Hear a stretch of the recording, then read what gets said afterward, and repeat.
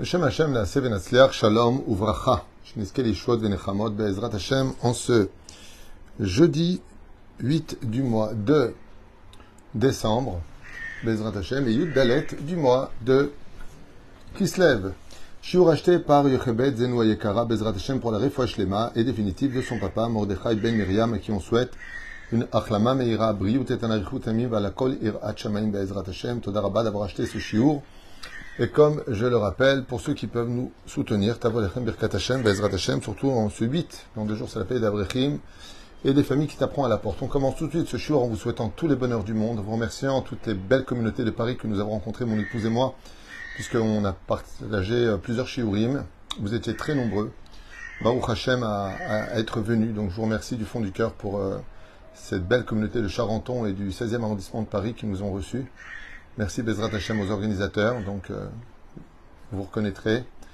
Et on commence tout de suite, Be'ezrat Hashem, 4 shiurim, pour ceux qui sont intéressés les uns après les autres, puisque notre liste des shiurim s'est allongée, et donc nous allons les faire en cet après-midi, en Israël, rempli de soleil et d'un ciel magnifiquement bleu.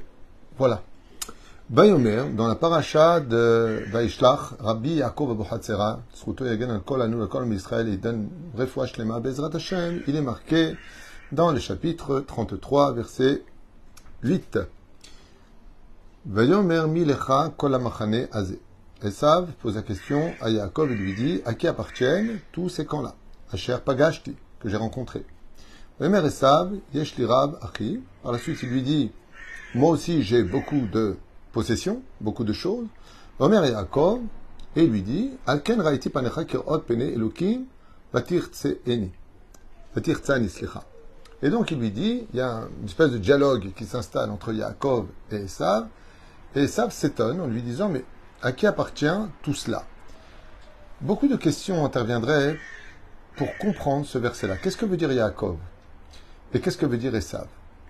Esav est en train de savoir si Yaakov a déjà pris sa part de sa bénédiction. Et Yaakov lui répond, pas du tout. Moi, tout ce que j'ai aujourd'hui ici, je l'ai obtenu à la sueur de mon front, et les bénédictions que mon père m'a fait, si tu observes bien, bien voilà ma famille, voilà mes troupeaux, et il n'y a rien de spécial. C'est-à-dire que j'ai la bracha d'Hashem avec moi, mais j'ai pas eu la bracha qui est venu sans que je ne fasse rien, j'ai pas eu le ciel qui s'est ouvert pour moi sans que je ne fasse rien, je n'ai pas dormi de la nuit, j'ai été esclave de tromperie pendant plus de 20 ans chez Lavan, et aujourd'hui tout ce que tu vois, c'est ce que Dieu m'a donné, tout simplement. Pour bien montrer à Esav que Yaakov n'a nullement profité des promesses de son père, de la bénédiction de son père, car Yaakov avait décidé, comme tous ces grands tzadikim qui souffrent tellement dans ce monde, qui laissent leur mérite pour les générations qui les suivront. Donc en d'autres termes, pourquoi est-ce qu'on voit tellement de tzadikim souffrir? Eh bien parce que ils préfèrent laisser leur mérite pour leur descendance ou pour le peuple d'Israël afin de les sauver de mauvais décrets. Et donc, il lui dit, de toute façon, j'ai vu ton visage comme on pourrait voir Elohim. En d'autres termes, il lui dit, je ne regarderai pas ton visage de rachat. Rabbi Yaakov Abu Hatzera Alav Shalom dans son livre Pituché Chotam, il dit, Amivgash ben Yaakov et Esav, la rencontre entre Yaakov et Esav, son frère, Lo haya mivgash gashmi ben shnei achim. Et Rabbi Yaakov Abu Hatzera nous explique ici qu'en réalité, ce qu'on doit retenir de cette rencontre historique et éternelle entre Yaakov et Esav n'est pas une rencontre physique. Il ne s'agit pas réellement d'un combat territorial entre deux frères qui veulent se partager un héritage. Mais il nous dit, il y a en réalité ici un mifgash, c'est-à-dire une rencontre, ma'avak bekrol korot alyonim adirim, entre les forces du bien et les forces du mal. Ce qu'on appelle kochot akdusha ve kochot atuma. Et ça nous concerne tous en 2022. La rencontre qui a lieu ici, nos sages nous disent que c'est un combat entre les forces du bien et les forces du mal. Ce combat, on le voit de façon assez incroyable dans notre génération. C'est vrai que les forces du mal n'ont jamais été aussi fortes que notre génération, car avant, elles étaient plutôt concentrées dans des régions précises, comme Sodome et Gomorre. Aujourd'hui, Sodome et Gomorre, c'est dans tous les pays. C'est vrai qu'avant, il fallait aller à Yavne pour trouver des Talmidei Chachamim, ou à Jérusalem, ou à Tzfat, ou dans certaines régions, yeshivot, dans certains pays, qui étaient réputés pour leur grand savoir. Aujourd'hui, en 2022, face à une impureté et immoralité flagrante aux yeux de tous, on pourra constater qu'il y a des yeshivot presque partout et que tout le monde étudie la Torah. Beaucoup se sont peut-être assimilés, mais des villes entières aujourd'hui sont Baruch Hashem accompagnées de Kolilim. On y apprend le Tour, le Shulchan Aruch, la Gemarot. On n'est plus dans la tchouva des années 80-90, où d'avoir fait tchouva, c'était commencer à manger kasher et une kippa sur la tête. Les gens étudient vraiment la Torah, ils savent vraiment lire. Il y a de moins en moins de livres phonétiques qui sont vendus de nos jours. Les gens ont beaucoup évolué dans leur Torah. Car tout comme les forces du mal montent, juste à côté, il y aura toujours les forces du bien. Ze keneged ze asa Hashem. Ça contre cela a fait Hashem. Là où tu trouves qu'il y a beaucoup d'impureté, sache qu'il y a beaucoup de kedusha, juste à côté, de sainteté à côté. Là où il y a beaucoup de sainteté, automatiquement, juste à côté, tu y trouveras beaucoup d'impureté. Car ils sont en combat, comme une espèce de bras de fer, main dans la main, à voir qui aura le plus de force. Et le combat aujourd'hui, l'idéologie que l'on voit chez Esav et sa descendance, Yaakov, nous le peuple d'Israël et la descendance, nous-mêmes aujourd'hui, sommes dans ce combat. Qui va gagner ce monde? Est-ce que ce sera celui qui sera le plus vulgaire, le plus agressif? Est-ce que c'est la loi du talion, la loi du plus fort? Tu m'as fait, je te fais, tu vois ce que je vais te faire. Où est-ce qu'on est? Où est-ce que c'est l'humilité, la remise en question, le pardon qui va l'emporter? Voilà, nous dire à Yaakov Abu Hatzera de quoi est fait ce combat dans cette paracha. On va essayer d'approfondir un peu son enseignement. Sharigilu Chachamim Bamidrash, Shekol Laïlaïla, car toutes les nuits, nos sages nous disent dans le Midrash, Ekodem Lepidushatam, Shalekov et Esav, Ayum Alchei Asharet Baim, Kvutzot Kvutzot, Umakim et Esav Anashav. La veille de la rencontre, comme vous le savez tous, entre Esav et Yaakov, des hortes d'anges, du côté de Yaakov, des forces du bien, sont venus frapper les forces du mal. Et les forces du mal ont été démontées et détruites. Ce qui fait que Yaakov a envoyé des anges qui ont fracassé les os des 400 soldats, si on peut les appeler comme ça, de Esav, Arba Meot Ish, et ils leur ont fait payer. De là, vous apprendrez, Be'ezrat Hashem Itbarach, merci à vous. De là, vous apprendrez, chers amis, que tout celui qui est dans le mal, que ce soit les tromperies, les mensonges, les arnaques, la méchanceté, le lachonara, le motzi shemra, finiront toujours par être frappés par les forces du bien. Tôt ou tard. Je voudrais vous apporter quelque chose de très sensible à écouter. Aujourd'hui, énormément de gens souffrent. Des milliers et des milliers de femmes cherchent un mari pour créer une vraie famille avec beaucoup de maturité. Vivre une histoire d'amour pour certaines. Avoir des enfants. Une vie équilibrée. Hommes, femmes, enfants, petits-enfants. Énormément. Un chiffre qui se perd. De femmes me disent « Je cherche à me marier. Je cherche à me marier. » Comme si que les hommes avaient disparu. Alors qu'on sait tous très bien qu'il y a autant de naissances d'hommes que de femmes. Et combien même? Il y en a qui vont dire « Non, en ce moment, il y a plus de naissances de femmes que d'hommes. » Je ne rentre pas dans le conflit. Il y a un déséquilibre total. Les femmes divorcées ont beaucoup de mal à refaire leur vie. Et les femmes libres ont beaucoup plus de mal aussi à trouver un homme. Qu'est-ce qui se passe? Dieu, mais avec Zivugim, t'es où Dieu? Pourquoi est-ce que on est dans une situation de brouillage? Pourquoi est-ce qu'on atteint des âges? Aujourd'hui, vous savez combien de femmes me disent, Rav Tuto, est-ce qu'on a le droit d'aller faire un enfant tout seul? C'est-à-dire en prenant de la semence là, vous savez? Parce que je trouve pas de mari, j'ai déjà 38 ans, 36 ans. Vadaï Shelo, ne fais pas ça. La réponse, Vadaï Shelo. Ne fais surtout pas ça. Tu sais pas d'où vient cette semence, c'est parce que tu vas engendrer. Mais de l'autre côté, les mishpechotam et vetavotam, combien de femmes pures? Et les femmes sont beaucoup plus matures que les hommes dans notre génération. Plus que toutes les autres époques. La Torah le dit. À 13 ans, un homme devient majeur. À 12 ans, une femme devient majeure. En d'autres termes, il y a 1 an de décalage au minimum selon la Torah de maturité entre un homme et une femme. Mais là, aujourd'hui, qu'est-ce qui se passe? Les hommes sont empreints d'un esprit extrêmement contaminé. Argent, sexualité, à cause de tous ces appareils qui nous entourent, de toute cette culture. à la télévision, que ce que l'on voit les films et tout ce qui nous entoure, on est pollué. Et cette pollution, c'est ce qui nous embrouille. On y voit plus clair. Yetzer Vayera. Yaakov s'est senti stressé et il a eu peur. Exactement comme dans cette génération. On est stressé, on a peur. On ne sait pas si on va se marier, si on ne va pas se marier. On ne sait pas si on va finir la fin du mois, pas finir la fin du mois. Mais pourquoi tout cela? Parce que les forces du mal sont autour de nous. Il faut donner des coups de bâton de lumière dans l'obscurité qui nous entoure et nous aveugle du besoin de notre émouna. On a besoin de la émouna aujourd'hui pour y voir clair. Il faut avoir une totale confiance, un bitoul gamour, une totale annulation de ce que je suis, de ce que je pense, pour pouvoir avancer dans les pas de la vie. Parce que la vie est très incertaine. Et là où il y a de la touma, on voit que Yaakov Avinu lui-même, il dit, écoute, je vais séparer les camps en deux. S'il frappe ce camp, ben, j'irai là-bas. Ça veut dire que Yaakov ne compte même pas sur le miracle. Pourquoi? Parce qu'il revient de chez Lavan et qu'il trouve en face de lui Esav. En d'autres termes, il est plongé dans un monde de clipotes, de décors extrêmement épaisses et nuisibles, qui sont tellement nauséabondes qu'il a du mal à retrouver sa respiration.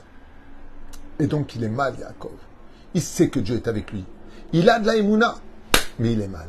Plus les forces du mal nous entourent, plus les filles deviendront faciles autour de nous, plus malheureusement il y aura de Pachomer Negia, plus il y aura de gens qui mangeront plus cachère, et plus on va plonger dans un monde de clipotes où, eh bien, quand Dieu fera rencontrer l'homme et sa femme, ils vont juste se rater. Pas parce qu'ils ne sont pas sur le même chemin, parce qu'un écran d'impureté se crée entre chacun de nous. À cause du manque du respect des parents, ou alors les parents qui ont détruit leurs enfants par une relation toxique. Ils auront tout pris. Après le dikaon, après on grossit, après on s'amochit, puis on prend du poids, on perd confiance en soi, et puis on vit une fatalité. Alors qu'on doit casser ça. On doit casser ces frontières. On doit reprendre, mamash, notre vie entre les mains. Et c'est ce que nous propose la paracha. Vaishlach Yaakov Malachim. Il sait très bien qu'il sort d'un endroit extrêmement impur qu'est Lavan. Et il sait très bien qu'il est en train de rencontrer le Satan lui-même. Et qu'est-ce qu'il lui dit? Moi, j'ai pas peur de toi. J'ai peur parce que je suis dans un monde fermé où Yaakov, comme on le voit dans cette paracha, voici les rois de Esav qui précéderont la royauté de Yaakov. Ne t'inquiète pas, disent les Chachamim. Tu sais, quand une femme va accoucher, elle devient impure de par sa nida, mais elle engendre la vie. Et un enfant qui est d'une grande pureté. Mais ça arrive à qui, malgré la douleur de l'enfantement? À celle qui n'a pas peur d'accoucher. C'est pour ça, mesdames, que même si vous ne trouvez pas encore de chaussures à votre pied et que c'est tellement difficile de trouver des hommes matures qui voudraient vraiment construire une vraie vie de famille juive, c'est très dur dans cette génération. Je ne dis pas qu'il n'y en a pas, mais c'est vrai que c'est compliqué de trouver des gens où, comme je dis souvent, on est dans la génération, il faut tout sur un plateau. Tout doit être parfait. Il faut une femme qui soit absolument belle, pas de parents, riche, qui ne me casse pas les pieds, qui soit tunisienne, algérienne, marocaine, qui soit mannequin, qui soit... Oh, baba, tu veux quelqu'un de bien, t'as qu'à le construire. On n'a pas tout parfait dans la vie. Il faut se battre pour construire son bonheur. Et la reine, Bezrat Hashem, combien il est impératif pour nous de vivre cette Torah que nous enseigne ici Rabbi Yaakov Abu Hatzera. Il nous dit, il y a un combat. Hamivgaj ben kochot hakdusha le kochot hatuma. Le monde dans lequel on vit est un combat entre les forces du bien et les forces du mal. Donc ils étaient en train de frapper. Et quand ça ne va pas dans la vie, tarbitz Torah. Encore plus de Torah, plus de lumière. Tu n'arrives pas à te marier, plus de joie de vivre. Deviens encore un plus grand soleil dans l'obscurité qui gère ta vie. C'est ce que Dieu attend de toi. Comment on appelle Yaakov Avinu, son surnom? Soleil, Shemesh. Ou va Shemesh, Razal, ils disent, est venu le soleil. Qui c'est le soleil? Yaakov Avinu.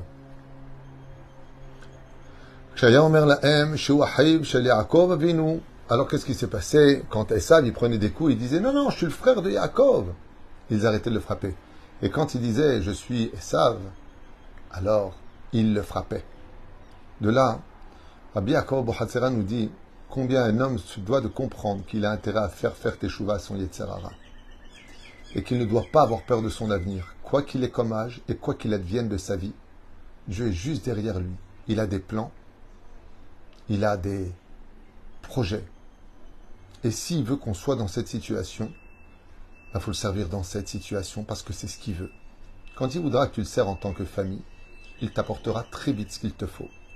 Mais s'il ne le veut pas, parce que ta réincarnation ne le demande pas pour te réparer, alors sois patient et accepte mais à une condition. On peut accepter les choses parce que de toute façon, on n'a pas le choix. On ne va pas dire à un mec ou à une femme, viens ici, je veux t'épouser de force. Mais, il y a un grand mais. Il y a une chose que tu peux faire. C'est réussir ton épreuve tout en gardant le sourire. Vous savez ce que j'ai le plus aimé chez Yosef Hatzadik, qu'on va bientôt lire? C'est que quand il était chez son père, le chouchou de son père, Yosef, chez Yaakov, il était tout le temps souriant. Quand ses frères l'ont vendu, il était souriant. Quand il a été jeté dans la maison de Poutiféra pendant une année à gérer ses biens, il était souriant. Quand il a été jeté 12 ans en prison, il était souriant. Et quand il est devenu roi d'Égypte, vice-roi d'Égypte pendant 80 années, il avait le même sourire que quand il était petit. Qu'est-ce qu'a eu comme extraordinaire réflexion Yosef Hatzadik? Écoutez bien les mots de nos sages. Yosef Hatzadik, pourquoi on l'appelle Yosef Hatzadik? Il justifiait tout ce qui lui arrivait parce qu'il savait que ça venait de l'amour de Dieu. Et quand il était en prison, il disait, bon, si Dieu veut que je le serve ici, j'ai pas de problème, je vais le servir de tout mon cœur. Quand il a trouvé Osnat qui s'est marié, et qu'il est devenu vice-roi d'Égypte avec des tissus de soie sur lui, pas de problème, c'est ce que Dieu il veut, que je sois vice-roi, pas de problème. Il veut que je reste en Égypte, en Israël, à la Tour Eiffel, à la Tour Eiffel, dans un trou noir, dans un trou noir. J'ai pas de problème. Parce que mon bonheur ne dépendra jamais d'autre chose que ce que veut Dieu. Ce que toi tu veux, c'est ce que moi je veux. C'est pas ce que je pense. Ouais, mais tu comprends, c'est pas ce que j'ai revu de ma vie, où j'en suis. On s'en fout. C'est pas important. Parce que demain tu peux mourir. Ce qui compte, c'est comment tu as perçu les épreuves de ta vie. Comment tu as éloigné les forces qui sont venues obscurcir ta vie. Regardez le cas de Esav, chers amis. Il est roi de Séhir. Il a autant de femmes qu'il veut. Les richesses, tout le monde le craint, c'est une ordure. Mais en attendant, c'est un roi. La seule chose qu'il trouvait à faire, c'est de chevaucher un cheval, de se casser le dos pour arriver jusqu'à Yaakov. Vous savez pourquoi?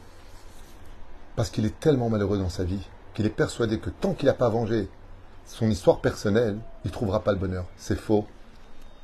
C'est faux et archi faux. Parce que même quand il est mort, Yaakov, il revient une fois de plus à la charge et exige qu'il ne soit pas enterré sur place. Ça veut dire que même les sujets qui sont morts chez lui sont toujours vivants. Et vous savez pourquoi? Parce qu'il n'a toujours pas trouvé son bonheur. Et le piège venait du fait qu'il n'avait pas compris que son bonheur venait uniquement de la décision de prendre, pour chacun de nous, d'être heureux. Ceux qui se marient, ils veulent divorcer. Ceux qui sont divorcés recherchent déjà quelqu'un. Quand ils retrouvent quelqu'un, ils sont prêts à lui donner ce qu'ils n'ont pas donné au premier mari. La vie est constamment un rebondissement. Et la reine, à cause de ce genre de conduite et de situation, eh bien, ce qui se passe, c'est qu'on perd du temps et que les jours passés ne reviendront plus jamais. Et que le plus grand regret qu'on aura dans notre vie, c'est de ne pas avoir été le soleil d'une journée perdue pour lequel c'est l'obscurité, de l'angoisse, du manque d'émouna, du manque de confiance, si vous préférez, qui nous a habités dans ce combat entre Esav et Yaakov. Alors, regardez la suite. Yesh li Rav, achi, kavanato haïta, les hit. Rav yivne Yaakov, Esav yachshov, sherak lo yesh koach, be'atzma. Et donc il a dit, Esav à Yaakov, tu crois qu'il n'y a que les forces du bien qui ont de la force? Les forces du mal aussi ont de la force. Les forces du mal donnent du pouvoir, de la parnassa, ils donnent de l'argent, des honneurs. La gamken ou kocho gadol, sharea satan bervodo be'atzmo, omed etzido, benilcham ba'avuro. Car les forces du mal et les gens mauvais de ce monde, dis-moi, j'ai peut-être pas Dieu avec moi, mais en tout cas, je réussis tout ce que je fais parce que le Satan m'aide. Les forces du mal m'aident. Ach Yaakov ishivlo. Yaakov lui répond, Alken raiti panecha kirot pen Elokim. J'ai vu ton visage comme on voit le visage de Dieu. C'est-à-dire, eneno choshesh me Satan ba'omed l'tzitra. En d'autres termes, Yaakov lui répond, je ne crains nullement l'ange qui se tient à tes côtés, l'ange du mal. Share gvar emesh. Car déjà hier soir, ne vakti imo. Menitzarti oto. Je l'ai vaincu hier soir dans mon combat. Et je te conseille de vivre avec moi en paix et de désirer ma présence. Advarim Marishim, Chazal nous disent, ce langage et ces midrashim doivent réveiller chez nous une énorme réflexion. Combien l'orgueil d'un homme, les forces du mal remplissent l'homme d'orgueil. Share Esav Aracha, ou Shpal Peuka Ledemalche Asharet. Quand Esav a été frappé par les anges, il avait la tête en bas, il pleurait, mais tout de suite après, dès que les coups ont cessé, il n'a pas hésité à lever sa tête, comme si qu'il n'avait jamais souffert. ולמרות זאת הגאווה עדיין בוערת בקרבו והוא ממשיך להתחרב בפני עצמו אבינו וגם הוא חזק ובעל עצמה ברוך המדינים לעם. Et là, il finira avec un très très bel enseignement, chers amis. Vraiment, qui valait le coup d'écouter ce shiur et de le partager, je vous le conseille vraiment. Très très bel enseignement de Rabbi Yaakov Abu Hatzera Zecher Tzedek Vekadosh Ivracha, qui dit que, c'est magnifique, il dit qu'en réalité, l'obscurité vient du fait de l'orgueil. C'est-à-dire que la clipa du mal intervient constamment pour mettre l'homme dans un orgueil démesuré, afin qu'il vive constamment stressé de sa propre identité. En d'autres termes, il va devenir son pire ennemi, parce que tout lui est dû, parce qu'il ne comprend pas, parce qu'il n'est pas d'accord avec les plans divins, parce qu'il estime que, parce qu'il ne comprend pas. Il dit tout ça, c'est de l'orgueil. Tamim, tiye imachem elokecha. Fais ce que tu as à faire. Si tu veux te marier, fais un petit régime, commence à briller, sois heureux de vivre, avec ou sans les autres. Ne fais jamais l'aumône d'un homme ou d'une femme. Sois ce que tu es, mais sois quelqu'un de brillant. Sois ce que tu es, mais sois quelqu'un d'intéressant. Sois ce que tu es, mais ne te montre jamais comme un caillou. Car chaque âme, qu'elle soit masculine ou féminine du peuple d'Israël, est un diamant. Et les diamants, c'est eux qu'on va chercher. Ils ne vont pas s'imposer dans la poche des uns ou des autres. Ils restent cachés, dans une grande pudeur de conduite et Baruch Hashem d'existence. Ainsi donc, avec l'aide d'Hachem, je vous souhaite à tous et à toutes de trouver un bon zivoug. Et pour cela, et bien tout comme les bateaux dans l'océan, très souvent à la recherche du phare pour les guider et à acquiescer à bon port, de la même façon, Bezrat Hashem, quand on veut trouver une bonne parnassa, un bon zivoug, meilleure chance, eh bien, comme nous sommes une énergie et que toute matière dégage de l'énergie, nos pensées sont de l'énergie, notre regard est une énergie, notre parole est une énergie extrêmement puissante. Il suffit de positiver nos énergies, qui sont des aimants, et ainsi donc, on attirera sur nous de très bonnes énergies. Et c'est vrai que quand on observe la biographie de Yaakov Avinu, ou de Yitzhak, ou d'Abraham, de David Amelech, ou même de Yosef avant, ou Moshe Rabbeinu, on pourrait se dire que leur vie n'a pas été facile. Et pourtant, ils ont tous grandement réussi. Non pas parce qu'ils ont gagné leurs épreuves. Voilà, Moshe n'est pas rentré en Israël, il n'a pas gagné. Il a gagné une chose. Il n'a jamais perdu le sourire, même s'il n'avait pas eu ce qu'il désirait tellement. Kol Tuv et Litraot, il y a tout de suite pour un prochain shiur, si Dieu veut, pour ceux qui veulent.